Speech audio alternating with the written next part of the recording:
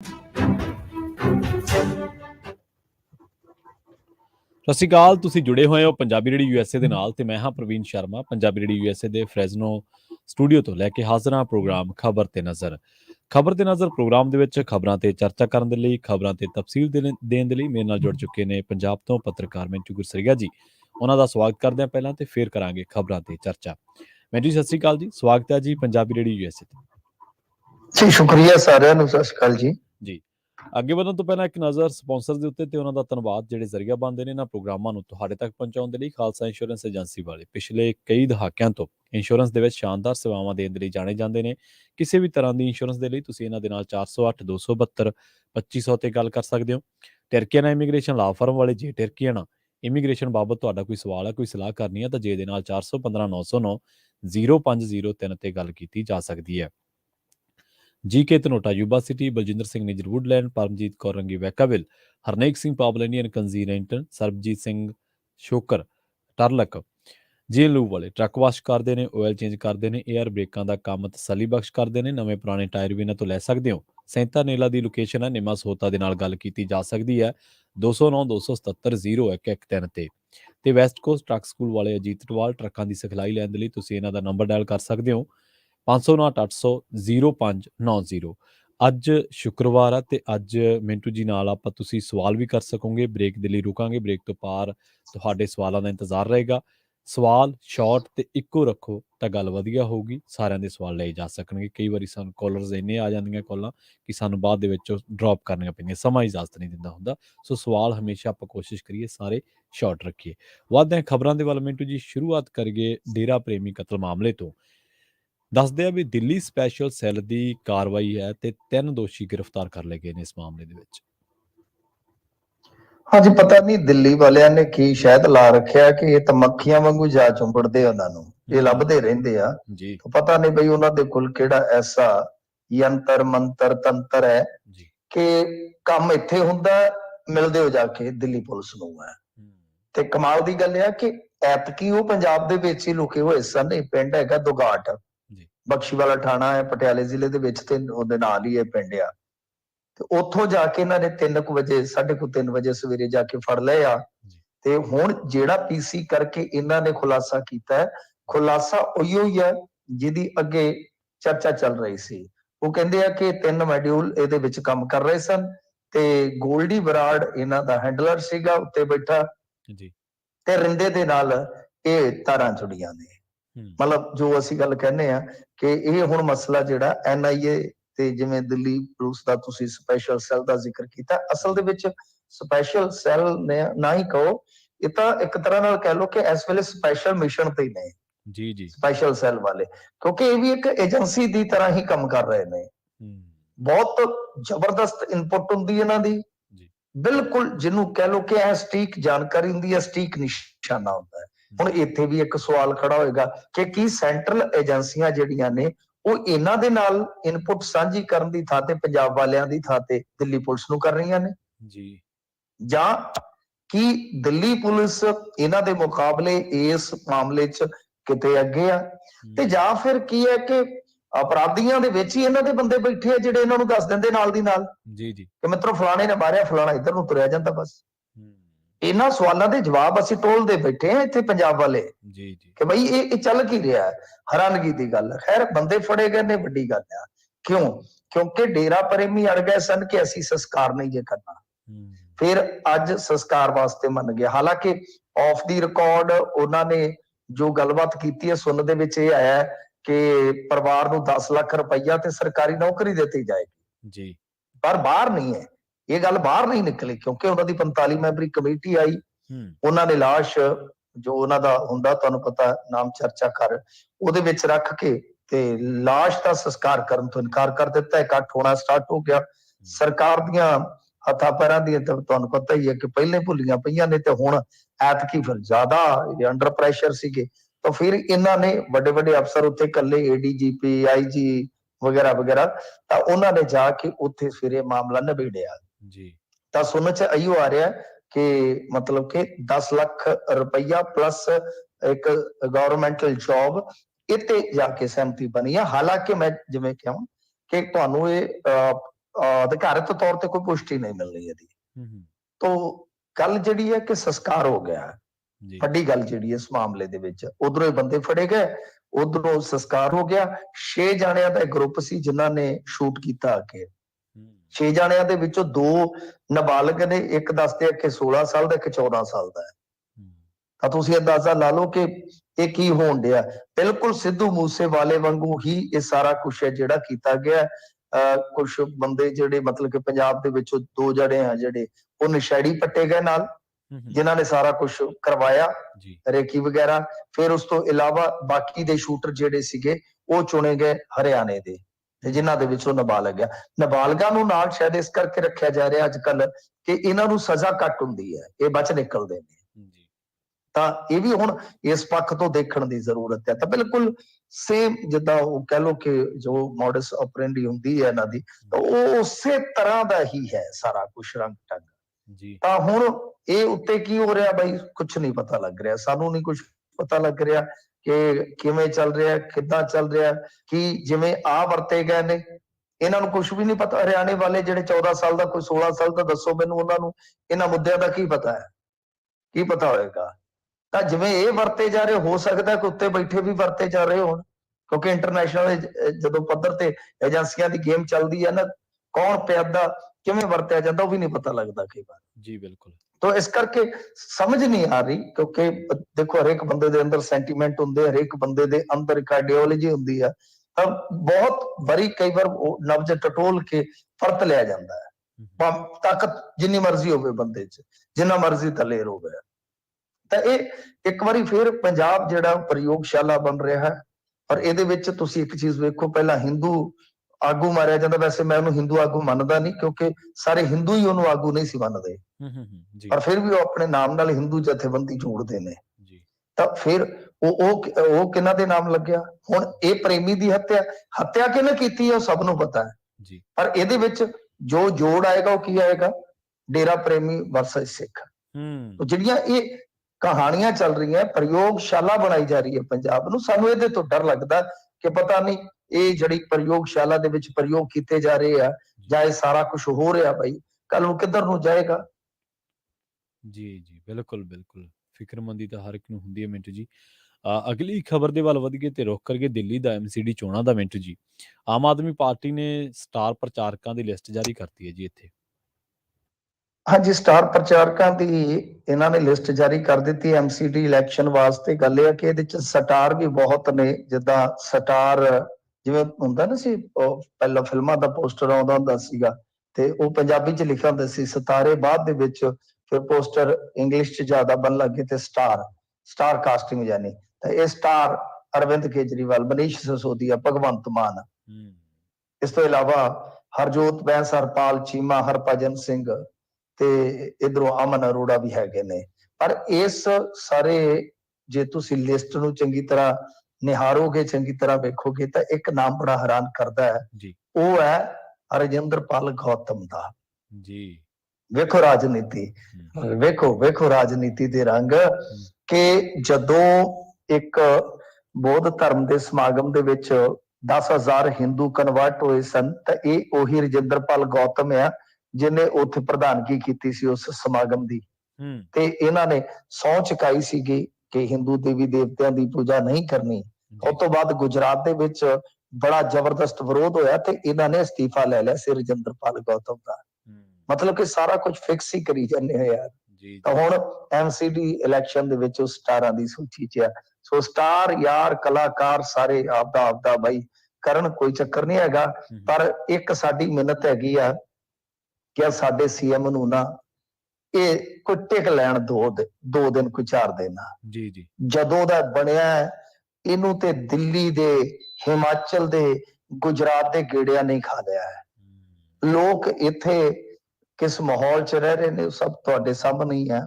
ਇੱਥੇ ਕੁੜੀ ਨੂੰ ਛੱਡਣ ਜਾ ਰਹੀ ਬੀਬੀ ਸਕੂਟੀ ਤੇ ਬੈਠਣ ਲੱਗਦੀ ਆ, ਸ਼ਰੇਆਮ ਦਿਨ ਚਿੱਟੇ ਇੱਕ ਬੰਦਾ ਪਿਸਤੌਲ ਲੈ ਕੇ ਆਉਂਦਾ ਹੈ, ਉਹਦੇ ਤੋਂ ਚੈਨੀ ਖੋਹਣ ਦਾ ਯਤਨ ਕਰਦਾ ਹੈ, ਜਨਾਨੀ ਥੱਲੇ ਡਿੱਗ ਪੈਂਦੀ ਹੈ, ਬੱਚੀ ਵਿਚਾਰੀ ਮਾਸੂਮ ਬੱਚੀ ਕੋਲ ਬਸਦਾ ਹੈ, ਉਹ ਵਿਰੋਧ ਕਰਦੀ, ਉਹਦੇ ਚਾਟਾ ਮਾਰਦਾ ਹੈ, ਗਲੀ ਭਰੀ ਦੇ ਵਿੱਚੋਂ ਚੈਨੀ ਖੋਹ ਕੇ ਲੈ ਜਾਂਦਾ। ਦੱਸੋ ਕੀ ਕਰੋਗੇ ਤੁਸੀਂ? ਪਿਸਤੌਲ ਹੱਥ 'ਚ ਫੜਿਆ। ਮਤਲਬ ਕਿ ਸਾਡੇ ਤੇ ਇੱਥੇ ਜੰਗਲ ਰਾਜ ਬਣਿਆ, ਇਹ ਜਾ ਕੇ ਉੱਥੇ ਪਤਾ ਨਹੀਂ ਕਿਹੜੇ ਮੂੰਹ ਦੇ ਨਾਲ ਉੱਥੇ ਛੁਰਲੀਆਂ ਛੱਡੀ ਜਾਂਦੇ ਆ। ਸੋ ਰੱਬ ਦਾ ਵਾਸਤਾ, ਤੁਸੀਂ ਇੱਥੇ ਸਰਕਾਰ ਬਣਾ ਦਿੱਤੀ, ਇਹਨੂੰ ਹੁਣ ਸਰਕਾਰ ਚੱਲ ਤੇ ਲੈਣ ਦਿਓ, ਚੱਲ ਤੇ ਲੈਣ ਦਿਓ। ਕਦੀ ਕਿਤੇ ਦੱਬੀ ਫਿਰਦੇ, ਕਦੇ, ਇਹਦਾ ਮਤਲਬ ਕਿ ਇਹ ਜਿਹੜੇ ਮੁੱਖ ਮੰਤਰੀ ਇਹ ਘੱਟ ਨੇ ਜਿਹੜੇ, ਤੇ ਇਹਨਾਂ ਦੀ ਕਠਪੁਤਲੀ ਜ਼ਿਆਦਾ ਬਣੇ ਪਏ ਨੇ ਕਿ ਕਦੇ ਉੱਥੇ ਚੋਣ ਪ੍ਰਚਾਰ ਕਦੋਂ ਕਰੇ, ਕਦੇ ਉੱਥੇ ਚੋਣ ਪ੍ਰਚਾਰ ਕਰੋ। ਤਾਂ ਤੁਸੀਂ ਉਹਨੂੰ ਸਟਾਰ ਕੰਪੇਨਰ ਹੀ ਬਣਾ ਲਓ, ਇੱਥੇ ਚੀਫ ਮਿਨਿਸਟਰ ਕਿਸੇ ਹੋਰ ਨੂੰ ਲਾ ਲਓ ਜੀ। ਬਈ ਇਹ ਗੱਲਾਂ ਜਿਹੜੀਆਂ ਨੇ ਉਹ ਸੋਚਣੀਆਂ ਚਾਹੀਦੀਆਂ, ਦੇਖਣੀਆਂ ਚਾਹੀਦੀਆਂ। ਬਾਕੀ ਇਹਨਾਂ ਦੀ ਰਾਜਨੀਤੀ ਜਿਹੜੀ ਹੈ, ਚਲੋ ਆਪਣੀ ਚਾਲੇ ਚੱਲਦੀ ਹੈ, ਠੀਕ ਹੈ, ਪ੍ਰਚਾਰ ਵਾਸਤੇ ਜਾਣਾ ਪੈਂਦਾ। ਕੋਈ ਤੁਸੀਂ ਇੱਕ ਅੱਧੀ ਰੈਲੀ ਕਰ ਰਹੇ ਹੋ ਕਿਸੇ ਸਟੇਟ ਦੇ ਵਿੱਚ, ਠੀਕ ਹੈ, ਆਪਣੀ ਹਾਜ਼ਰੀ ਲਵਾਓ, ਕਿਤੇ ਜਾਓ ਤੁਸੀਂ, ਤੇ ਉੱਥੇ ਰੋਡ ਸ਼ੋਆਂ ਤੱਕ ਜਾ ਕੇ ਪਤਾ ਨਹੀਂ ਕੀ ਕੱਢਣਾ, ਉੱਥੇ ਚਰਖੇ ਕੱਤੀ ਜਾਂਦੇ ਹੋ, ਕਦੇ ਗਰਬਾ ਖੇਡੀ ਜਾਂਦੇ ਹੋ। ਆਪਣਾ ਸਟੇਟ ਸੰਭਾਲੋ, ਨਹੀਂ ਤਾਂ ਲੋਕਾਂ ਨੇ ਤੁਹਾਨੂੰ ਸਾਂਭ ਦੇਣਾ ਜੇ, ਗੱਲ ਯਾਦ ਰੱਖਿਓ ਜੀ। ਅਗਲੀ ਖਬਰ ਦੇ ਵੱਲ ਵਧੀਆ ਮਿੰਟ ਜੀ, ਤੇ ਗੱਲ ਕਰੀਏ ਜਲੰਧਰ ਦੀ। ਜਲੰਧਰ ਦੇ ਵਿੱਚ ਦੂਜੇ ਦਿਨ ਵੀ ਰੇਡਾਂ ਜਿਹੜੀਆਂ ਜਾਰੀ ਰਹੀਆਂ।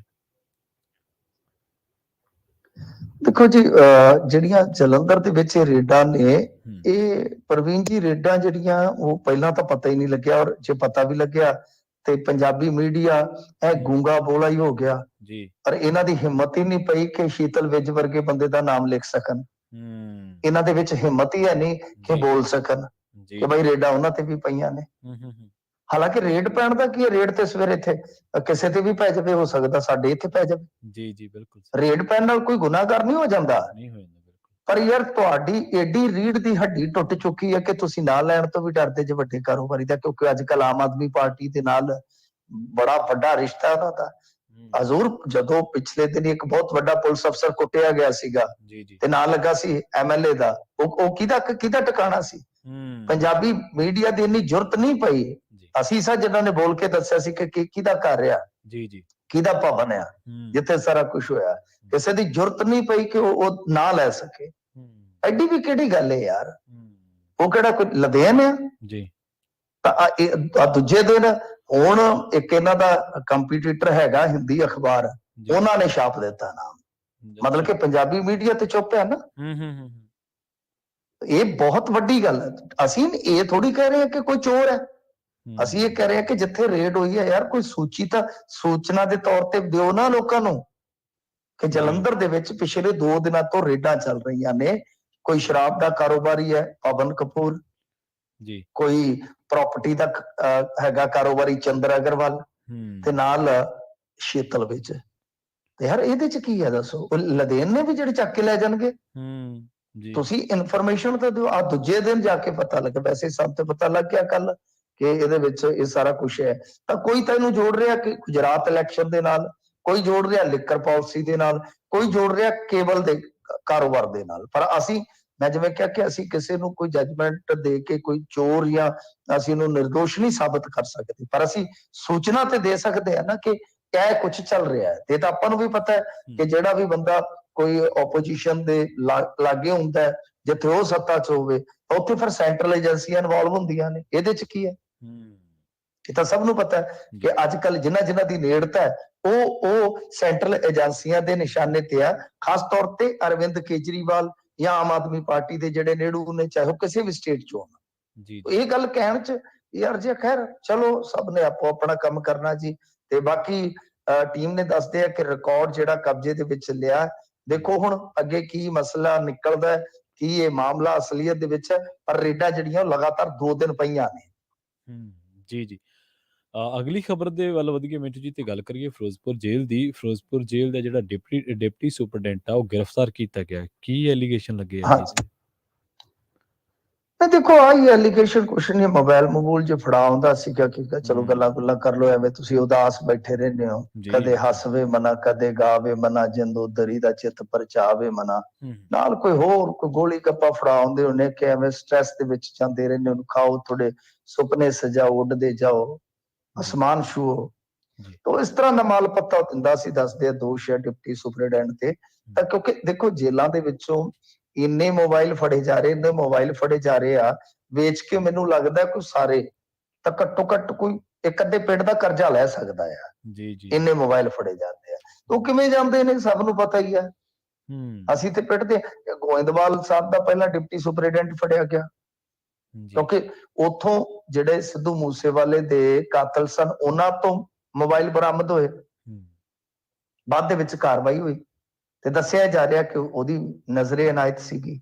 ਤੇ ਦੂਜੇ ਪਾਸੇ ਹੁਣ ਫਿਰੋਜ਼ਪੁਰ ਦਾ ਫੜਿਆ ਗਿਆ। ਇਹਦਾ ਮਤਲਬ ਇਹ ਹੈ ਕਿ ਜਿਹੜੀਆਂ ਗੱਲਾਂ ਅਸੀਂ ਕਰਦੇ ਸੀਗੇ ਕਿ ਇਹ ਜਿਹੜੇ ਮੋਬਾਈਲ ਹੈ ਉੱਥੇ ਕਿਆਰੀਆਂ 'ਚ ਨਹੀਂ ਉੱਗਦੇ ਜਾਂ ਉੱਥੇ ਸਮਰਸੀਬਲ ਮੋਟਰ ਦੇ ਵਿੱਚੋਂ ਨਹੀਂ ਨਿਕਲਦੇ ਉਹ, ਜਾਂ ਉਹਨਾਂ ਦੀ ਵਰਖਾ ਨਹੀਂ ਹੁੰਦੀ ਹੈਗੀ, ਇਹ ਸੁੱਟਦੇ ਨੇ ਜਾਂ ਤਾਂ ਥਰੋ ਕਰਦੇ ਨੇ ਜਾਂ ਅੰਦਰ ਲੈ ਕੇ ਜਾਂਦੇ ਨੇ। ਅੰਦਰ ਮੁਜਰਮ ਨਹੀਂ ਲੈ ਕੇ ਜਾਂਦਾ, ਉਹਨੂੰ ਪਹੁੰਚਾਇਆ ਜਾਂਦਾ ਹੈ। ਤਾਂ ਇਹ ਸਾਫ਼ ਹੈ, ਸਪਸ਼ਟ ਹੈ, ਕਾਰਵਾਈ ਨਾ ਜ਼ਰੂਰ ਕੀਤੀ ਹੈ, ਪਰ ਇਹ ਇੰਨਾ ਨੈਕਸਸ ਜਿਹੜਾ ਤਗੜਾ ਹੁੰਦਾ ਪ੍ਰਵੀਨ ਜੀ, ਇਹਨੂੰ ਆਸਾਨੀ ਨਾਲ ਬ੍ਰੇਕ ਨਹੀਂ ਕੀਤਾ ਜਾ ਸਕਦਾ। ਕੋਈ ਇੱਕ ਫੜਿਆ ਜਾਂਦਾ, ਚਾਰ ਹੋਰ ਕੰਮ ਕਰਨ ਵਾਸਤੇ ਤਿਆਰ ਹੋ ਜਾਂਦੇ ਆ, ਕਿਉਂਕਿ ਇਹਦੇ ਵਿੱਚ ਮੋਟਾ ਪੈਸਾ, ਜਿੰਨੀ ਤਨਖਾਹ ਇੱਕ ਮਹੀਨੇ ਦੀ ਆ, ਜੇ ਇੱਕ ਦਿਨ ਉਹ ਸਾਰਾ ਜੁਗਾੜ ਲੱਗ ਗਿਆ ਤੇ ਕੰਮ ਸੂਤ ਆ ਜਾਂਦਾ ਜੀ। ਜੀ ਅਗਲੀ ਖਬਰ ਦੇ ਵੱਲ ਵਧੀਆ ਮਿੰਟੂ ਜੀ, ਤੇ ਗੱਲ ਕਰੀਏ ਮਾਈਨਿੰਗ ਦੀ। ਮਾਈਨਿੰਗ ਕਾਰੋਬਾਰ ਦੇ ਨਾਲ ਜੁੜਿਆ ਕੋਈ ਵੱਡਾ ਕਾਰੋਬਾਰੀ ਨੱਪਿਆ ਜੀ, ਪੰਜਾਬ ਪੁਲਿਸ ਨੇ ਜਾਂ ਵਿਜੀਲੈਂਸ ਨੇ?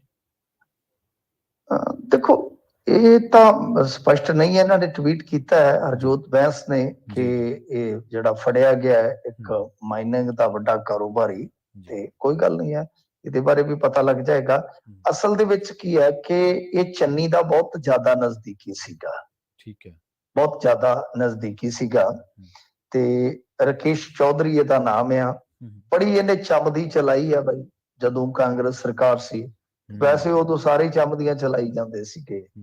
ਤਾਂ ਇਹ ਸਾਰਾ ਕੁਝ ਜਿਹੜਾ ਹੋਇਆ ਕਿ ਮਾਈਨਿੰਗ ਜਿਹੜਾ ਮਸਲਾ, ਪਹਿਲਾਂ ਤੇ ਸਮਝ ਲਓ ਕਿ ਮਾਈਨਿੰਗ ਜਿਹੜੀ ਹੈ ਉਹ ਬੰਦ ਹੈ ਪੰਜਾਬ ਦੇ ਵਿੱਚ। ਲੀਗਲ ਮਾਈਨਿੰਗ ਬੰਦ ਹੈ, ਇਲੀਗਲ ਚੱਲਦੀ ਪਈ ਸੀ। ਜਦ ਕਿ ਇਹਨਾਂ ਨੇ ਵਾਅਦਾ ਕੀਤਾ ਸੀ ਕਿ ਅਸੀਂ ਇਲੀਗਲ ਮਾਈਨਿੰਗ ਬੰਦ ਕਰ ਦਿਆਂਗੇ, ਲੀਗਲ ਚਲਾਵਾਂਗੇ, ਉਲਟਾ ਹੋ ਰਿਹਾ ਹੈ। ਅੱਛਾ, ਲੀਗਲ ਬੰਦ ਹੈ, ਲੀਗਲ ਕਿਉਂਕਿ ਕਾਨੂੰਨੀ ਤੌਰ ਤੇ ਬੰਦ ਹੈ। ਇਹਨਾਂ ਨੇ ਇੱਕ ਹੀਰਾਫੇਰੀ ਜੀ ਮਾਰੀ ਸੀ ਕਿ ਅਸੀਂ ਗਿੱਬ ਕੱਢਣੀ ਆ ਵਿੱਚੋਂ, ਤੇ ਗਿੱਬ ਕੱਢਣ ਦੇ ਬਹਾਨੇ ਇਹ ਉੱਥੋਂ ਮਿੱਝ ਕੱਢੀ ਜਾਂਦੇ ਸਨ, ਜਾਨੀ ਮਾਈਨਿੰਗ ਕਰੀ ਜਾਂਦੇ ਸੀ। ਇੱਕ ਪਿੰਡ ਦੇ ਵਿੱਚ ਟਕਰਾਅ ਵੀ ਹੋਇਆ। ਅੱਛਾ, ਗੱਲ ਕੀ ਹੈ ਕਿ ਹੁਣ ਇਹ ਜਿਹੜਾ ਬੰਦਾ ਚੱਕ ਲਿਆ ਤੇ ਅੱਜ ਸਾਰਾ ਧਿਆਨ ਹੈ ਜਿਹੜਾ ਦੂਸਰੇ ਪਾਸੇ ਡਾਇਵਰਟ ਕਰ ਦਿੱਤਾ ਕਿ ਲਓ ਜੀ ਅਸੀਂ ਨੱਪੜ ਲਿਆ ਵਾ। ਚਲੋ ਵਿਜੀਲੈਂਸ ਜਿਹੜੀ ਹੁੰਦੀ ਹੈ ਪੰਜਾਬ ਪੁਲਿਸ ਦਾ ਹੀ ਹਿੱਸਾ ਹੁੰਦੀ ਹੈ, ਉਹਨੂੰ ਚੌਕਸੀ ਡਿਪਾਰਟਮੈਂਟ ਕਹਿ ਦਿੰਦੇ ਆ ਪੰਜਾਬੀ ਚ, ਬਾਕੀ ਕੁਝ ਵੀ ਨਹੀਂ ਹੈ। ਚਲੋ ਜਿੰਨੇ ਵੀ ਉਹਨੂੰ ਨੱਪਿਆ ਹੋਏਗਾ ਵਗੈਰਾ ਵਗੈਰਾ, ਕੱਲ ਨੂੰ ਸਾਰਾ FIR ਤੋਂ ਪਤਾ ਲੱਗ ਜਾਏਗਾ। ਹੁਣ ਕਿਉਂਕਿ ਮੈਂ ਟਵੀਟ ਕੋਟ ਕਰ ਦਿੰਨਾ, ਗੈਰ ਕਾਨੂੰਨੀ ਮਾਈਨਿੰਗ ਮਾਫੀਆ ਤੇ ਹੁਣ ਤੱਕ ਦੀ ਇਹ ਸਭ ਤੋਂ ਵੱਡੀ ਕਾਰਵਾਈ, ਤੇ ਮਾਫੀਆ ਖਿਲਾਫ ਵੱਡੀ ਕਾਰਵਾਈ ਕਰਦੇ ਹੋਏ ਰੋਪੜ ਪੁਲਿਸ ਨੇ ਮਾਈਨਿੰਗ ਵਿਭਾਗ ਦੀ ਸ਼ਿਕਾਇਤ ਤੇ ਪਿਛਲੇ ਕਈ ਸਾਲਾਂ ਤੋਂ ਗੈਰ ਕਾਨੂੰਨੀ ਮਾਈਨਿੰਗ ਦੇ ਕਿੰਗ ਪਿਨ ਰਕੇਸ਼ ਚੌਧਰੀ ਨੂੰ ਗ੍ਰਿਫਤਾਰ ਕੀਤਾ ਹੈ। ਮਤਲਬ ਕਿ ਰੋਪੜੇ ਪੁਲਿਸ ਨੇ। ਹੁਣ ਗੱਲ ਇਹ ਜਿਹੜੀ ਹੈ ਸਪਸ਼ਟ ਹੈ ਕਿ ਰੋਪੜ ਦੇ ਵਿੱਚ ਹੀ ਰੌਲਾ ਪਿਆ ਸੀਗਾ ਇਲੀਗਲ ਮਾਈਨਿੰਗ ਦਾ। ਇਹ ਮਾਮਲਾ ਜਿਹੜਾ ਫਿਰ ਹਾਈ ਕੋਰਟ ਚ ਵੀ ਗਿਆ ਕੱਲ, ਡੀਸਿਲਟਿੰਗ ਦੇ ਨਾਮ ਤੇ ਉਹਨਾਂ ਨੇ ਕਿਹਾ ਕਿ ਤੁਸੀਂ ਇਸ ਤਰ੍ਹਾਂ ਨਹੀਂ ਜੇ ਕਰ ਸਕਦੇ। ਤੇ ਉਸ ਤੋਂ ਬਾਅਦ ਫਿਰ ਹੁਣ ਇਹ ਸਪਸ਼ਟ ਹੋ ਗਿਆ ਕਿ ਬਈ ਜਦੋਂ ਇਹਨਾਂ ਦੇ ਆਪਣੇ ਨਾਮ ਲੱਗਣ ਲੱਗ ਪਿਆ ਕਿ ਖੁਦ ਮਾਈਨਿੰਗ ਮਿਨਿਸਟਰ ਦੇ ਹਲਕੇ ਦੇ ਵਿੱਚ ਇਲੀਗਲ ਮਾਈਨਿੰਗ ਹੋ ਰਹੀ ਹੈ, ਪਿੰਡ ਵਾਲੇ ਵਿਰੋਧ ਕਰ ਰਹੇ ਆ ਤੇ ਕੁੱਟ ਕਟਾਪਾ ਵੀ ਅੱਗੋਂ ਕਰ ਰਹੇ ਨੇ ਕਰਿੰਦੇ, ਤਾਂ ਜੇ ਕਾਰਵਾਈ ਵੀ ਪੈ ਗਈ ਆ ਤਾਂ ਉਲਟਾ ਬੈਂਸ ਸਾਹਿਬ ਕਹਿੰਦੇ ਕਿ ਪਿੰਡ ਵਾਲੇ ਪੰਜਾਬ ਨੂੰ ਗੁੰਮਰਾਹ ਕਰ ਰਹੇ ਆ। ਕਮਾਲ ਦੀ ਗੱਲ ਹੈ, ਅੱਜ ਪਿੰਡ ਬੇਗਾਨਾ ਹੋ ਗਿਆ। ਅੱਜ ਪਿੰਡ ਬੇਗਾਨਾ ਹੋ ਗਿਆ। ਤੇ ਜਦੋਂ ਪੰਜਾਬ ਦੇ ਲੋਕ ਜ਼ਿਆਦਾ ਬੋਲਣ ਲੱਗ ਪਏ ਨਾ, ਫਿਰ ਇਹਨਾਂ ਨੇ ਕਹਿਣਾ ਹੈ ਕਿ ਪੰਜਾਬ ਵਾਲੇ ਪੂਰੇ ਦੇਸ਼ ਨੂੰ ਗੁੰਮਰਾਹ ਕਰ ਰਹੇ ਨੇ ਕਿਉਂਕਿ ਅਸੀਂ ਪ੍ਰਧਾਨ ਮੰਤਰੀ ਬਣਨ ਜਾ ਰਹੇ ਹਾਂ। ਹਾਂਜੀ ਬਿਲਕੁਲ। ਬਈ ਗੱਲ ਇਹ ਆ ਕਿ ਇਹ ਚੀਜ਼ਾਂ ਥੋੜਾ ਜਿਹਾ ਨਾ ਸੋਚ ਕੇ ਚਲਾਉਣ ਦੀ ਜ਼ਰੂਰਤ ਹੈ। ਠੀਕ ਹੈ, ਤੇ ਕਿਉਂਕਿ ਹਾਈ ਕੋਰਟ ਦੇ ਵਿੱਚ ਗਿਆ, ਹਾਈ ਕੋਰਟ ਨੇ ਆਖਿਆ ਜਿਹੜਾ ਤੁਸੀਂ ਅਫਰੇਬ ਜਿਹਾ ਕਰਦੇ ਪਏ ਜੇ ਨਾ ਡੀਸਿਲਟਿੰਗ ਦੇ ਨਾਮ ਤੇ, ਇਹ ਵੀ ਬੰਦ ਕਰੋ। ਤਾਂ ਟੋਟਲੀ ਮਾਈਨਿੰਗ ਹੁਣ ਜਿਹੜੀ ਬੰਦ ਹੈ, ਟੋਟਲੀ ਲੀਗਲੀ ਵੀ ਬੰਦ ਹੋ ਗਈ ਤੇ ਇਲੀਗਲੀ ਵੀ ਬੰਦ ਹੋ ਗਈ। ਪਰ ਰੌਲਾ ਆ ਕਿ ਹੁਣ ਰੇਤ ਆਵੇ ਕਿੱਥੋਂ। ਸਾਡੇ ਨਾਲ ਸ਼ਾਮ ਨੂੰ ਵਾਲੀਬਾਲ ਖੇਡਦਾ ਇੱਕ ਮਿਸਤਰੀ ਆ, ਉਹਨੂੰ ਮੈਂ ਪੁੱਛਿਆ ਕਿ ਅੱਜ ਤੂੰ ਵੇਲੇ ਨਾਲ ਹੀ ਆ ਗਿਆ, ਕਹਿੰਦਾ ਮੈਂ ਜਾਂਦਾ ਹੀ ਨਹੀਂ। ਮੈਂ ਕਿਹਾ ਯਾਰ ਤੂੰ ਤੇ ਬਹੁਤ ਠੇਕੇਦਾਰ ਵੱਡਾ, ਤੇ ਫਿਰ ਹੁਣ ਚੱਲਦਾ ਕੀ ਹੈ, ਖਾਣਾ ਕੀ ਹੈ, ਸਾਰਾ ਕੰਮ ਠੱਪ ਜਾਂਦਾ, ਘਰ ਦੀਆਂ ਗਾਲਾਂ ਖਾਣਾ, ਮਤਲਬ ਕੰਮ ਹੀ ਨਹੀਂ ਚੱਲਦਾ। ਕਹਿੰਦਾ ਦਿਹਾੜੀਦਾਰਾਂ ਨੂੰ ਪੈਸੇ ਕਿੱਥੋਂ ਦੇਵਾਂ, ਠੱਪਿਆ ਸਾਰਾ ਕੁਛ। 40-40 ਹਜ਼ਾਰ ਦਾ ਟਿੱਪਰ ਹੈ ਜੀ, ਕੌਣ ਲਿਆਵੇ ਰੇਤ, ਕੌਣ ਥੱਪੇ। ਜਿਹੜੇ ਇਹਨਾਂ ਦੇ ਵੱਡੇ ਵੱਡੇ ਦਿੱਗਜ ਬੜੀਆਂ ਵੱਡੀਆਂ ਗੱਲਾਂ ਕਰਦੇ ਹੁੰਦੇ ਸਨ, ਉਹ ਪ੍ਰੋਟੈਸਟ ਕਰਦੇ ਹੁੰਦੇ ਸਨ, ਫੇਸਬੁੱਕਾਂ ਤੇ ਲਿਖਦੇ ਹੁੰਦੇ ਸਨ, ਅੱਜ ਵੇਖ ਲਓ ਮੰਨ ਰਹੇ ਨੇ, ਐਸ਼ਾ ਮਾਰ ਰਹੇ ਨੇ, ਚੁੱਪ ਨੇ, ਗੜੁੱਪ ਨੇ। ਉਹਨਾਂ ਨੂੰ ਅੱਜ ਇਹ ਚੀਜ਼ਾਂ ਨਹੀਂ ਦਿਖਦੀਆਂ ਕਿ ਬਈ ਕਿਰਤੀਆਂ ਦਾ ਕੰਮ ਖਲੋ ਰਿਹਾ, ਸਾਡਾ ਆਰਥਿਕ ਚੱਕਰ ਟੁੱਟ ਰਿਹਾ ਤੇ ਰੇਤ ਦੇ ਚੱਕਰ ਦੇ ਵਿੱਚ ਸਾਡਾ ਆਰਥਿਕ ਚੱਕਰ ਤੇ ਵੀ ਅਸਰ ਪੈ ਰਿਹਾ ਨਾ। ਤਾਂ ਗੱਲ ਇਹ ਹੈ ਕਿ ਇਹ ਠੀਕ ਹੈ, ਇਲੀਗਲ ਮਾਈਨਿੰਗ ਬੰਦ ਕਰੋ, ਪਰ ਇਹਦੇ ਨਾਲ ਹੈ ਕਿ ਰੇਤੇ ਦਾ ਵੀ ਪ੍ਰਬੰਧ ਕਰੋ। ਜੀ ਆਪਾਂ ਇੱਕ ਖਬਰ ਦੇ ਵੱਲ ਵਧਾਂਗੇ ਤੇ ਉਸ ਤੋਂ ਬਾਅਦ ਬ੍ਰੇਕ ਲਵਾਂਗੇ ਤੇ ਉਸ ਤੋਂ ਬਾਅਦ ਤੁਹਾਡੀਆਂ ਕਾਲਸ, ਤੁਹਾਡੇ ਸਵਾਲ ਲਵਾਂਗੇ। ਸਟੂਡੀਓ ਦਾ ਨੰਬਰ ਹੈ 408 272 5200। ਕਾਲ ਕਰਕੇ ਤੁਸੀਂ ਮਿੰਟੂ ਜੀ ਨੂੰ ਆਪਣਾ ਸਵਾਲ ਕਰ ਸਕੋਗੇ। ਵੱਧਦੇ ਅਗਲੀ ਖਬਰ ਦੇ ਵੱਲ ਮਿੰਟੂ ਜੀ, ਤੇ ਗੱਲ ਕਰਦੇ ਹਾਂ ਰਾਜੀਵ ਗਾਂਧੀ ਦੇ ਹੱਤਿਆਰਿਆਂ ਦੀ। ਹੁਣ ਇਹਨਾਂ ਨੂੰ ਰਿਹਾ ਕਰਨ ਦੇ ਹੁਕਮ ਹੋ ਗਏ ਆ ਜੀ। ਹਾਂਜੀ ਦੇਖੋ, ਗੱਲ ਇਹ ਆ ਕਿ ਪ੍ਰਵੀਨ ਜੀ, ਇਸ ਮਸਲੇ ਦੇ ਵਿੱਚ ਸਭ ਤੋਂ ਪਹਿਲਾਂ ਤਾਂ ਇਹ ਹੁਣ ਜਾਣਨਾ ਪਵੇਗਾ ਕਿ ਕਿਸ ਸੰਦਰਭ ਦੇ ਵਿੱਚ ਉਹਨਾਂ ਨੇ ਇਹ ਫੈਸਲਾ ਜਿਹੜਾ ਦਿੱਤਾ ਹੈ, ਕਿਉਂਕਿ ਉਹ ਪੜ੍ਹਨਾ ਪਵੇਗਾ, ਡਿਟੇਲ ਆਰਡਰ ਪੜ੍ਹਨਾ ਪਵੇਗਾ ਕਿ ਕੀ ਸਾਰੇ ਉਹ ਗਰਾਊਂਡ ਰਹੇ ਨੇ। ਕਿਉਂਕਿ ਤਾਮਿਲਨਾਡੂ ਸਰਕਾਰ ਨੇ ਪਹਿਲਾਂ ਹੀ ਇਹਨਾਂ ਨੂੰ ਰਿਹਾ ਕਰਨ ਦੇ ਹੁਕਮ ਦਿੱਤੇ ਸੀ ਕਿ ਬਾਅਦ ਦੇ ਵਿੱਚ ਫਿਰ ਕੇਸ ਚੱਲਿਆ। ਕੇਸ ਇਸ ਗੱਲ ਨੂੰ ਲੈ ਕੇ ਚੱਲਿਆ ਕਿ ਇਹ ਮਾਮਲਾ ਸਟੇਟ ਸਰਕਾਰ ਦੇ ਅਧੀਨ ਨਹੀਂ ਹੁੰਦਾ। ਅਸਲ ਦੇ ਵਿੱਚ ਜਿਹੜੀ ਏਜੰਸੀ ਇਨਵੈਸਟੀਗੇਸ਼ਨ ਕਰਦੀ ਹੈ ਤਾਂ ਉਹਦੇ ਤੋਂ ਵੀ ਬਹੁਤ ਜ਼ਰੂਰੀ ਹੁੰਦਾ ਪੱਖ ਜਾਣਨਾ ਜੀ। ਤਾਂ ਇਸ ਤਰ੍ਹਾਂ ਇਹ ਮਾਮਲਾ ਲੰਮਾ ਚੱਲਿਆ ਸੀ, ਤਾਂ ਅੱਜ ਬਹਿਰਹਾਲ ਸੁਪਰੀਮ ਕੋਰਟ ਨੇ ਇਹ ਆਰਡਰ ਪਾਸ ਕਰ ਦਿੱਤਾ ਕਿ ਇਹਨਾਂ ਨੂੰ ਰਿਹਾ ਕੀਤਾ ਜਾਣਾ ਚਾਹੀਦਾ, ਜੇਲ੍ਹ ਚੋਂ ਕੱਢ ਦਿਓ। ਇਹਦੇ ਵਿੱਚ ਨਾਲਨੀ ਵੀ ਹੈ, ਤਾਂ ਇਹਦੇ ਮਤਲਬ ਕਿ ਸਨੇ 6 ਜਣਿਆਂ ਨੂੰ ਰਿਹਾ ਕਰ ਦਿੱਤਾ ਗਿਆ ਹੈ। ਤਾਂ ਕਾਂਗਰਸ ਨੇ ਤਾਂ ਇਹਦੇ ਤੇ ਰਿਐਕਟ ਥੋੜਾ ਪੁੱਠਾ ਹੀ ਕੀਤਾ ਹੈ, ਤੇ ਪਰ ਦੂਜੇ ਪਾਸੇ ਜਿਹੜੇ ਐਡਵੋਕੇਟ ਧਾਮੀ ਸਾਹਿਬ ਆ ਤੇ ਅਕਾਲੀ ਦਲ ਆ, ਉਹਨਾਂ ਨੇ ਕਿਹਾ ਕਿ ਨਹੀਂ ਜੀ, ਇਹ ਜੇ ਹੋ ਸਕਦੇ ਆ ਰਿਹਾ ਤੇ ਫਿਰ ਸਾਡੇ ਬੰਦੀ ਸਿੰਘ ਰਿਹਾ ਕਿਉਂ ਨਹੀਂ ਹੋ ਸਕਦੇ। ਤਾਂ ਬਿਲਕੁਲ ਗੱਲ ਦਰੁਸਤ ਆ, ਬਿਲਕੁਲ ਗੱਲ ਵਾਜਬ ਹੈ, ਦਲੀਲ ਜਾਇਜ਼ ਆ। ਪਰ ਐਡਵੋਕੇਟ ਧਾਮੀ, ਹੁਣ ਮੈਂ ਕਿਹਾ ਐਸਜੀਪੀਸੀ ਦਾ ਪ੍ਰਧਾਨ ਨਹੀਂ ਕਿਹਾ, ਮੈਂ ਐਡਵੋਕੇਟ ਧਾਮੀ ਕਿਹਾ, ਬਈ ਤੁਸੀਂ ਜਾਓ ਸਾਰਾ ਕੇਸ ਸਟੱਡੀ ਕਰੋ, ਅਸੀਂ ਤਾਂ ਹੈਗੇ ਨਲਾਇਕ, ਤੁਸੀਂ ਕਾਨੂੰਨ ਤੋਂ ਜਾਣੂ ਹੋ, ਤੁਸੀਂ ਸਾਰਾ ਗਰਾਊਂਡ ਪੜੋ, ਉਸ ਤੋਂ ਬਾਅਦ ਇੱਕ ਵੋਟੀ ਫਾਈਲ ਤਿਆਰ ਕਰੋ ਤੇ ਉੱਥੇ ਬੈਠ ਜਾਓ ਸੁਪਰੀਮ ਕੋਰਟ ਜੀ, ਤੇ ਬੰਦੇ ਲਿਆਓ ਛੁਡਾ ਕੇ। ਠੀਕ ਹੈ, ਫਿਰ ਅਸੀਂ ਵੀ ਕਹੀਏ ਕਿ ਧਾਮੀ ਨੇ ਕਾਲਾ ਕੋਟ ਐਵੇਂ ਥੋੜੀ ਪਾਇਆ। ਜਿਹੜੇ ਕੰਮ ਕਰਨ ਵਾਲੇ, ਬਿਆਨ ਨਾਲ ਕੀ ਹੋ ਜਾਏਗਾ ਮੈਨੂੰ ਦੱਸੋ, ਹੋ ਜਾਏਗਾ ਕੁਛ? ਪਿਛਲੇ 10 ਸਾਲਾਂ ਤੋਂ 15 ਸਾਲਾਂ ਤੋਂ ਤੁਸੀਂ ਬਿਆਨ ਹੀ ਦੇ ਰਹੇ ਹੋ। ਬਿਆਨ ਦੇਣ ਦੀ ਥਾਂ ਤੇ ਧਿਆਨ ਦਿਓ। ਹੁਣ ਧਿਆਨ ਦੇਣ ਦੀ ਜ਼ਰੂਰਤ ਹੈ ਕਿ ਤੁਹਾਡੇ ਕੋਲ ਮੌਕਾ ਹੈ, ਇਹਨੂੰ ਗ੍ਰੈਬ ਕਰੋ ਕਾਨੂੰਨੀ ਤੌਰ ਤੇ। ਤੁਸੀਂ ਵੀ ਪਹੁੰਚੋ ਸੁਪਰੀਮ ਕੋਰਟ। ਐਡੀ ਕਿੱਡੀ ਕੀ ਗੱਲ ਹੈ ਕਿ ਸੁਪਰੀਮ ਕੋਰਟ ਦੇ ਰਾਹ 'ਚ ਕੋਈ ਉੱਥੇ ਕਿੱਲ ਲੱਗੇ ਵੀ ਤੁਹਾਡੇ ਪੈਰ ਪੜਦੇ ਆ। ਇਸ ਕਰਕੇ ਲੈ ਕੇ ਜੇ ਕਾਨੂੰਨੀ ਲੜਾਈ ਦੇ ਵਿੱਚ ਉਹ ਰਿਹਾ ਹੋ ਰਿਹਾ, ਤਾਂ ਤੁਹਾਨੂੰ ਵੀ ਕਾਨੂੰਨ ਦਾ ਰਸਤਾ ਜਿਹੜਾ ਉਹ ਅਖਤਿਆਰ ਕਰਨਾ ਚਾਹੀਦਾ ਹੈ ਜੀ। ਮਿੰਟੂ ਜੀ, ਆਪਾਂ ਇੱਕ ਬ੍ਰੇਕ ਦੇ ਲਈ ਰੁਕਦੇ ਹਾਂ ਜੀ, ਉਸ ਤੋਂ ਬਾਅਦ ਤੁਹਾਡੇ ਨਾਲ ਫਿਰ ਜੁੜਾਂਗੇ ਜੀ, ਫਿਰ ਲਵਾਂਗੇ ਆਪਾਂ ਸਵਾਲ ਜੀ। ਸੋ ਆਪਾਂ ਰੁਕਦੇ ਇੱਕ ਪ੍ਰੋਗਰਾਮ ਖਬਰ ਤੇ ਨਜ਼ਰ ਦੇ ਵਿੱਚ ਵੇਲਾ ਹੋ ਚੱਲਿਆ ਇੱਕ ਛੋਟੀ ਜਿਹੀ ਬ੍ਰੇਕ ਦੇ ਲਈ ਰੁਕਣ ਦਾ। ਬ੍ਰੇਕ ਤੋਂ ਪਾਰ ਜਿਹੜੇ ਕਾਲਰਸ ਲਾਈਨ ਤੇ ਨੇ ਉਹ ਬਣੇ ਰਹਿਣ ਸਾਡੇ ਨਾਲ, ਤੇ ਉਹਨਾਂ ਦੇ ਸਵਾਲ ਅਸੀਂ ਬ੍ਰੇਕ ਤੋਂ ਬਾਅਦ ਚਲਾਵਾਂਗੇ। ਮਿਲਦੇ ਹਾਂ ਇੱਕ ਸ਼ਾਰਟ ਬ੍ਰੇਕ ਤੋਂ ਬਾਅਦ।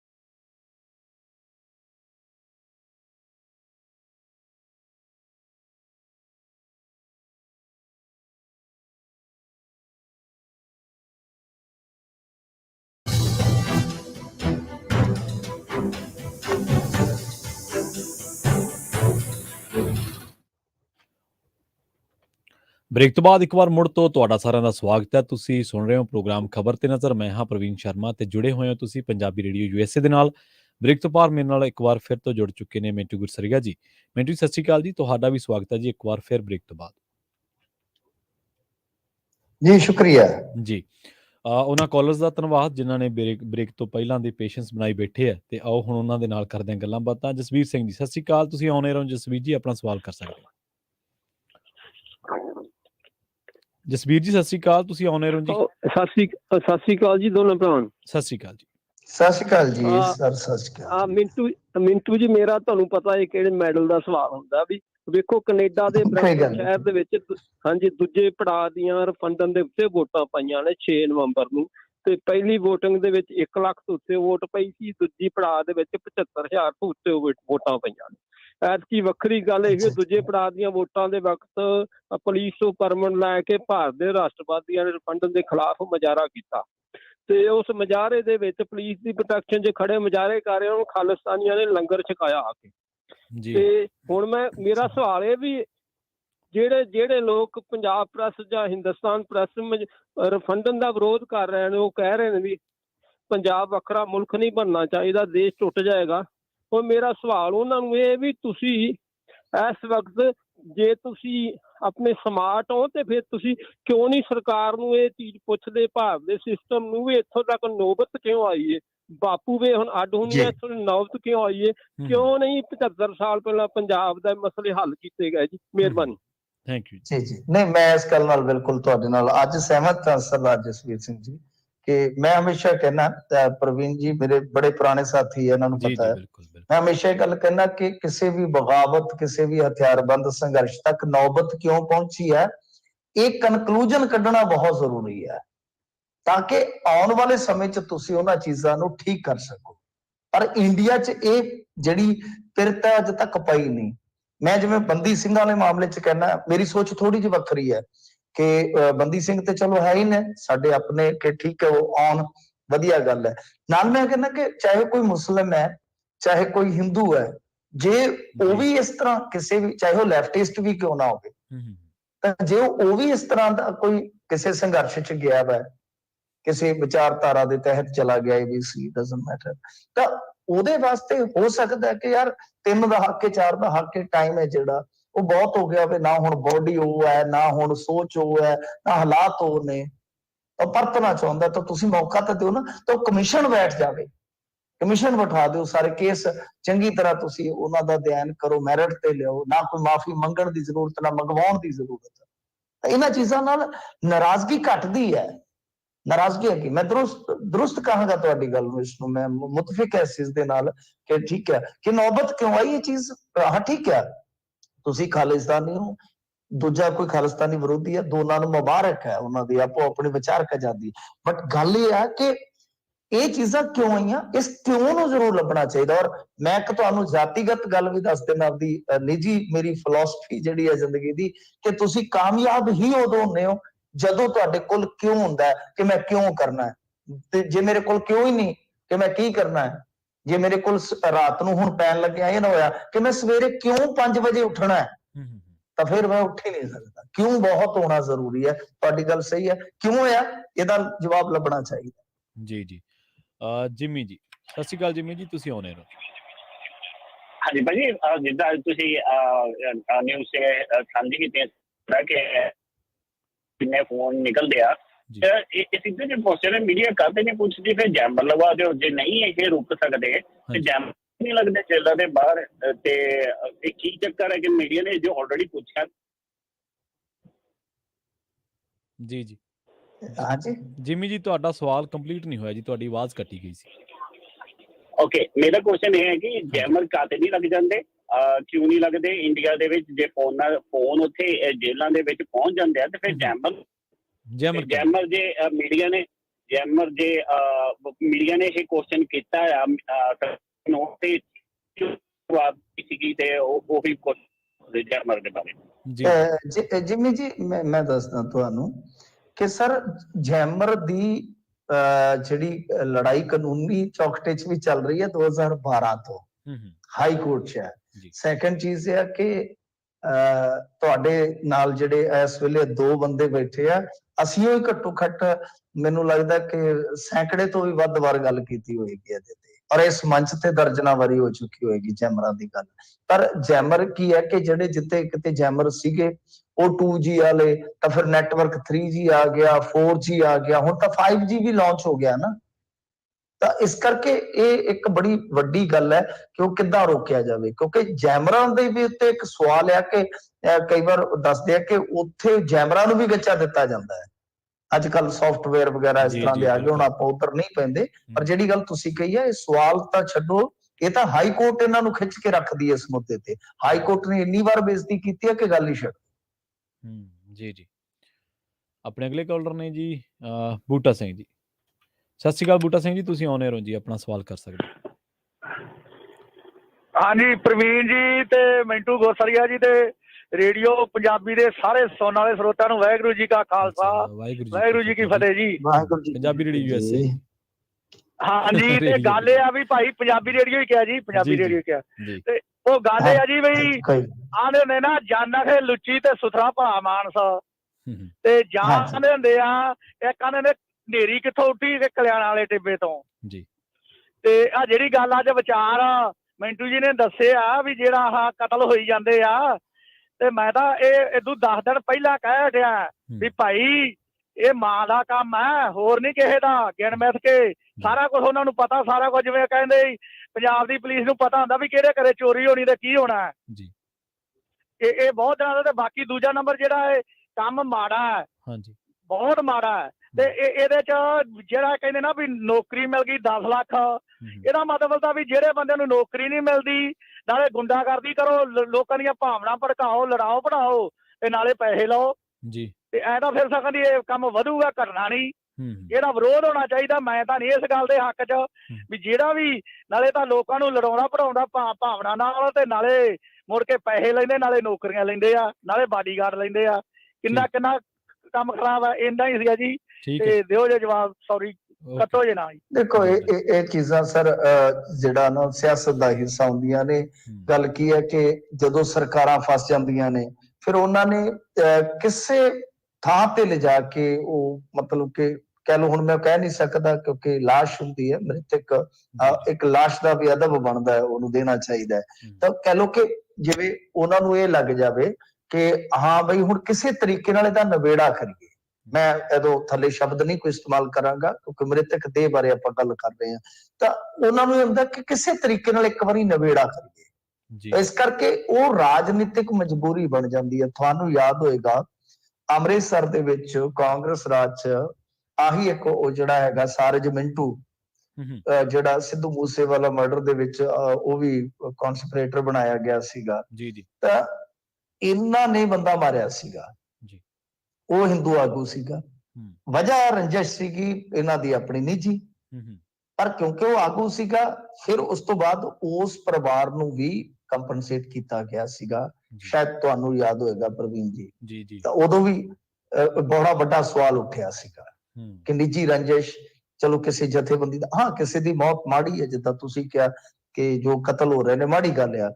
ਪਰੰਤੂ ਇਹ ਆ ਕਿ ਉਸ ਵੇਲੇ ਵੀ ਸਰਕਾਰ ਨੇ, ਉਦੋਂ ਸ਼ਾਇਦ ਸਿੱਧੂ ਸਾਹਿਬ ਵੀ ਮੰਤਰੀ ਹੁੰਦੇ ਸਨ ਜੇ ਮੈਂ ਨਹੀਂ ਭੁੱਲਦਾ, ਤਾਂ ਉਸ ਟਾਈਮ ਵੀ ਨਵੇੜਾ ਏਦਾਂ ਹੀ ਕੀਤਾ ਗਿਆ ਸੀਗਾ। ਤਾਂ ਤੁਹਾਨੂੰ ਹੋਰ ਪਿੱਛੇ ਲੈ ਜਾਈਏ ਤਾਂ ਬੱਸਾਂ ਦੇ ਥੱਲੇ ਆ ਕੇ ਬੰਦੇ ਤੇ ਮਰਦੇ ਸਨ ਇਹਨਾਂ ਦੀ ਆਪਣੀਆਂ ਤੇ ਪੈਸੇ ਜਿਹੜੇ ਸੀ ਉਹ DC ਦਿੰਦੇ ਸਨ।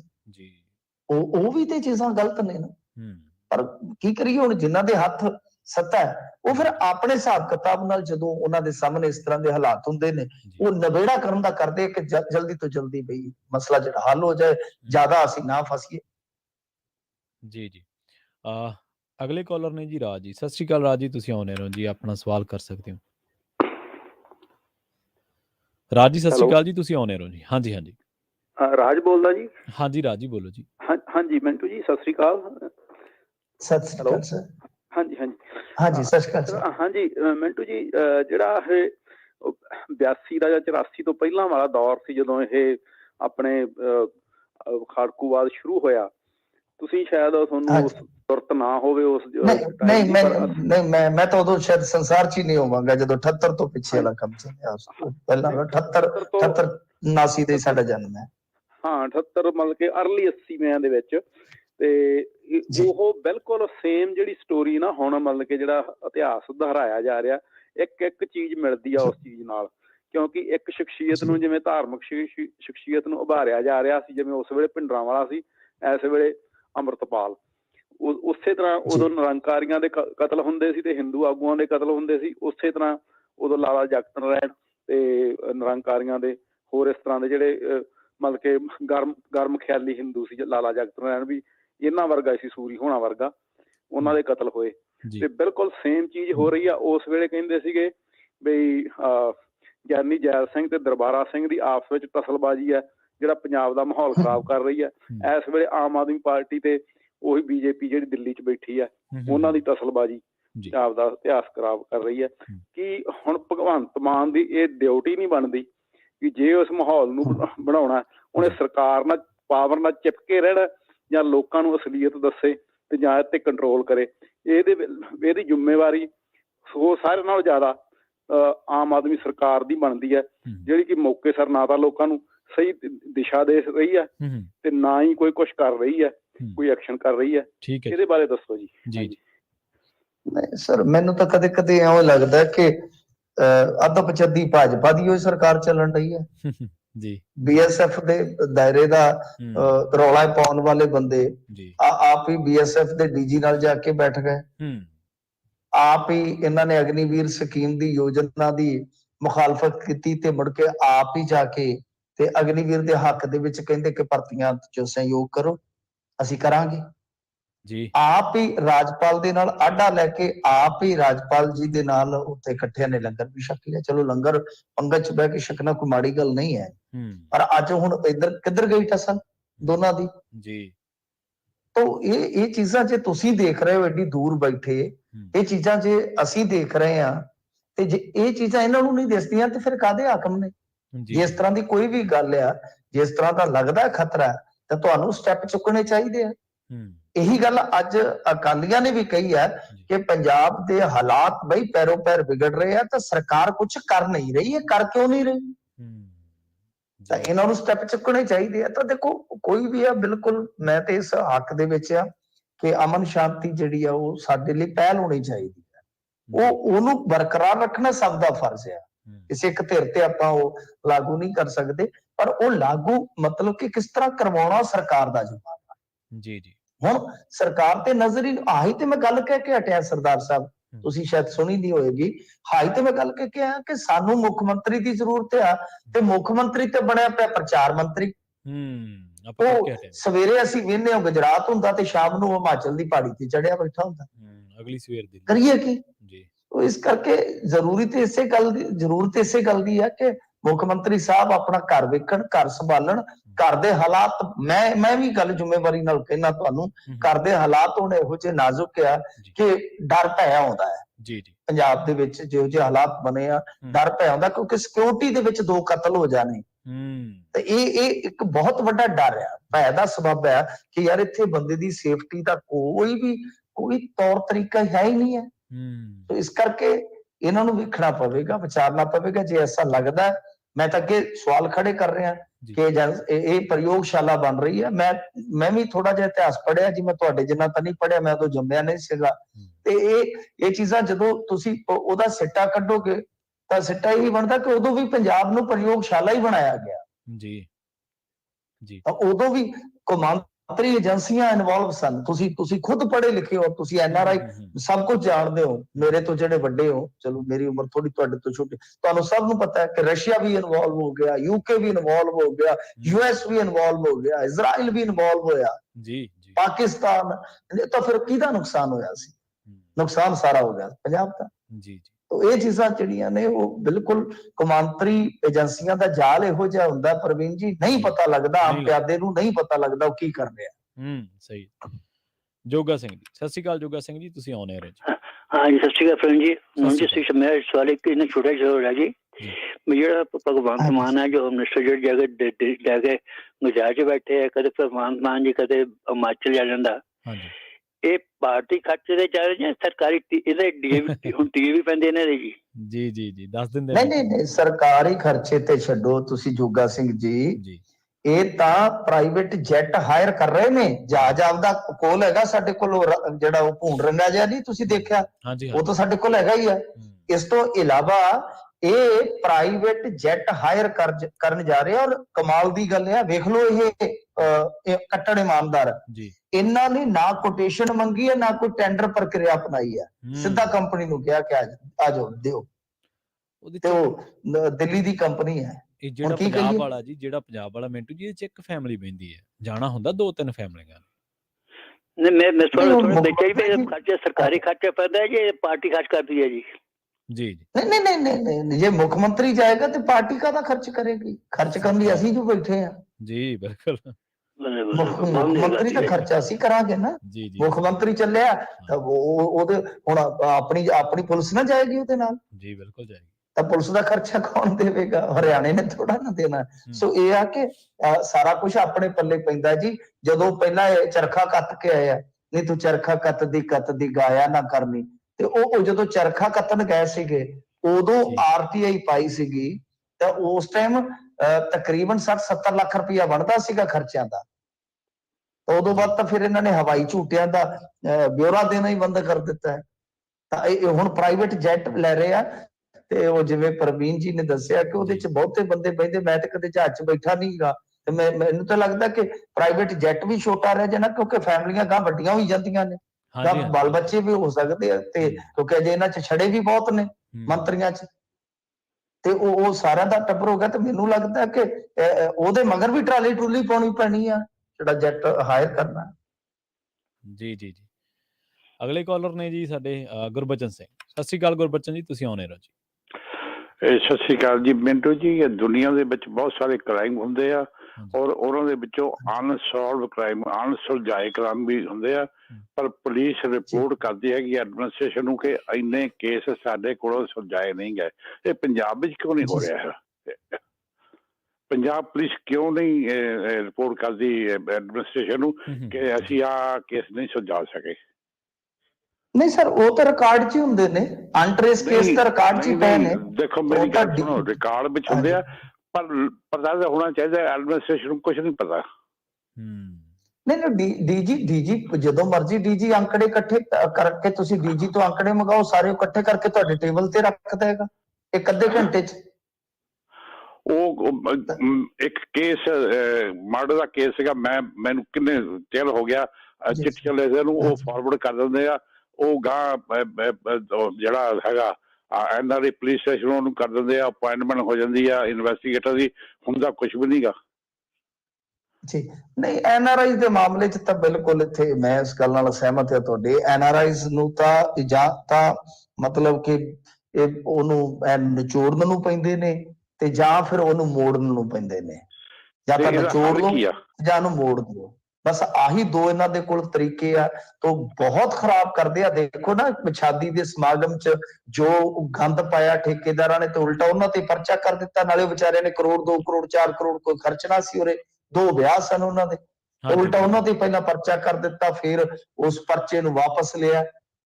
ਤੋ ਗੱਲ ਇਹ ਆ ਕਿ ਬਹੁਤ ਇਹ ਮੰਦਭਾਗੀ ਗੱਲ ਆ। ਸੋ ਇਸ ਕਰਕੇ ਇਹ ਤਾਂ ਹੁਣ ਇਹਨਾਂ ਦਾ ਜਿਹੜਾ ਕੋਈ ਐਨਆਰਆਈ ਦਾ ਮੰਤਰਾਲੇ ਦਾ ਜਿਹੜਾ ਮੰਤਰੀ ਹੈ, ਜਿਵੇਂ ਧਾਲੀਵਾਲ ਸਾਹਿਬ ਆ, ਉਹਨਾਂ ਨੂੰ ਚਾਹੀਦਾ ਕਿ ਉਹ ਥੋੜਾ ਜਿਹਾ ਸ਼ਰਮ ਨੂੰ ਹੱਥ ਮਾਰਨ ਕਿ ਇਹੋ ਜਿਹੇ ਮਾਮਲੇ 'ਚ, ਕਤਲ ਵਰਗੇ ਮਾਮਲੇ 'ਚ ਵੀ ਤੁਸੀਂ ਐਨਆਰਆਈਜ਼ ਨੂੰ ਇੱਥੇ ਖਰਾਬ ਕਰੋਗੇ। ਇਹਨਾਂ ਲੋਕਾਂ ਨੂੰ ਸਿਵੇ ਸਾਰੇ ਬੇਸ਼ਰਮ ਨੇ, ਚਾਹੇ ਕੈਪਟਨ ਅਮਰਿੰਦਰ ਦਾ ਰਾਜ ਹੋਵੇ, ਚਾਹੇ ਬਾਦਲ ਦਾ ਰਾਜ ਹੋਵੇ, ਸਾਰੇ ਹੀ ਇੱਕੋ ਜਿਹੇ ਨੇ। ਕੋਈ ਨਹੀਂ ਜਦੋਂ ਇੱਧਰ ਆਉਣ ਤੁਹਾਡੇ ਕੋਲ, ਤੁਸੀਂ ਇਹਨਾਂ ਦੇ ਟੇਬਲਾਂ ਤੇ ਜਾ ਕੇ ਕਿਉਂ ਖਾਣਾ ਖਾਂਦੇ ਜੇ? ਵੀ ਇੰਨੇ ਡਾਲਰ ਦਾ ਟੇਬਲ ਆ, ਦਫਾ ਕਰੋ, ਇਹਨਾਂ ਨੂੰ ਔਕਾਤ ਵਿਖਾਓ ਜਦੋਂ ਇੱਧਰ ਨੂੰ ਆਉਂਦੇ ਨੇ ਜੀ। ਤੁਸੀਂ ਕਿਉਂ ਇਹਨਾਂ ਨੂੰ ਬੇਸਮੈਂਟਾਂ 'ਚ ਲਿਜਾ ਕੇ ਪਾਰਟੀਆਂ ਦਿੰਦੇ ਹੋ? ਮੈਂ ਮਾਫ ਕਰਨਾ, ਮੈਂ ਛੋਟਾ ਤੁਹਾਡੇ ਤੋਂ, ਪਰ ਮੇਰੇ ਤੋਂ ਗੱਲਾਂ ਕੁਝ ਇਹੋ ਜਿਹੀਆਂ ਨਿਕਲ ਜਾਂਦੀਆਂ ਨੇ। ਤੁਸੀਂ ਕਿਉਂ ਭੂਏ ਕਿਉਂ ਚੜਾਇਆ ਇਹਨਾਂ ਨੂੰ? ਪੋਟਲੀਆਂ ਕਿਉਂ ਬੰਨ ਕੇ ਦਿੱਤੀਆਂ ਇਹਨਾਂ ਨੂੰ? ਅੱਜ ਉਹੀ ਬੰਦੇ ਜਿਹੜੇ ਇੱਥੋਂ ਤੁਹਾਡਾ ਖਾ ਕੇ ਗਏ ਨੇ, ਤੁਹਾਡਾ ਇੱਥੋਂ ਲੈ ਕੇ ਗਏ ਨੇ ਪੋਟਲੀਆਂ 'ਚ ਬੰਨ ਕੇ, ਅੱਜ ਉਹ ਐਨਆਰਆਈਜ਼ ਨੂੰ ਛਿੱਤਰ ਮਾਰ ਰਹੇ ਨੇ। ਜੀ ਜੀ ਅਗਲੇ ਕਾਲਰ ਨੇ ਜੀ ਤਰਲੋਚਨ ਸਿੰਘ। ਸਤਿ ਸ਼੍ਰੀ ਅਕਾਲ ਤਰਲੋਚਨ ਸਿੰਘ ਜੀ, ਤੁਸੀਂ ਆਉਣੇ ਰਹੋ ਜੀ। ਤਰਲੋਚਨ ਸਤਿ ਜੀ ਸ੍ਰੀ ਅਕਾਲ ਜੀ, ਸਤਿ ਸ਼ਰਮਾ ਸ਼੍ਰੀ ਅਕਾਲ। ਸਾਹਿਬ ਤੇ ਮਿੰਟੂ ਥਰੀਆ ਜੀ। ਸਤਿ ਸ਼੍ਰੀ ਅਕਾਲ ਜੀ। ਸਤਿ ਸ਼੍ਰੀ ਅਕਾਲ ਸਰ। ਮਿੰਟੂ ਗਲਸਰੀਆ ਜੀ, ਮੈਂ ਫਰੀਡਮ ਫਾਈਟਰ ਦਾ ਪੋਤਾ ਵੀ ਆ ਤੇ ਦੋਤਾ ਵੀ। ਸਲਾਮ ਹੈ ਜੀ, ਸਲਾਮ ਹੈ ਜੀ। ਹਾਂਜੀ।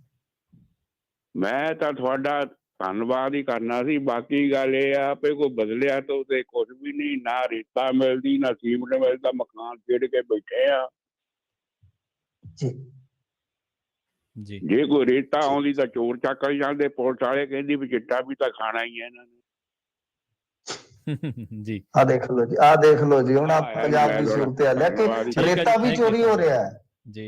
ਰੇਤਾ ਵੀ ਦੇਖੋ, ਉਹ ਸਹੀ ਗੱਲ ਹੈ, ਜਦੋਂ ਰੇਤਾ ਟਿੱਪਰਾਂ ਦੇ ਟਿੱਪਰ ਚੋਰੀ ਕਰਕੇ ਵੱਡਾ ਮਾਫੀਆ ਵੇਚ ਰਿਹਾ ਤਾਂ ਫਿਰ ਕੋਈ ਢੇਰੀ ਕਿਤੇ ਪਈ ਹੋਈ ਤਾਂ ਚਿੱਟੇ ਵਾਲੇ ਚੱਕ ਕੇ ਲੈ ਜਾਣਗੇ ਕਿ ਰੇਤਾ ਵਿਕਦਾ।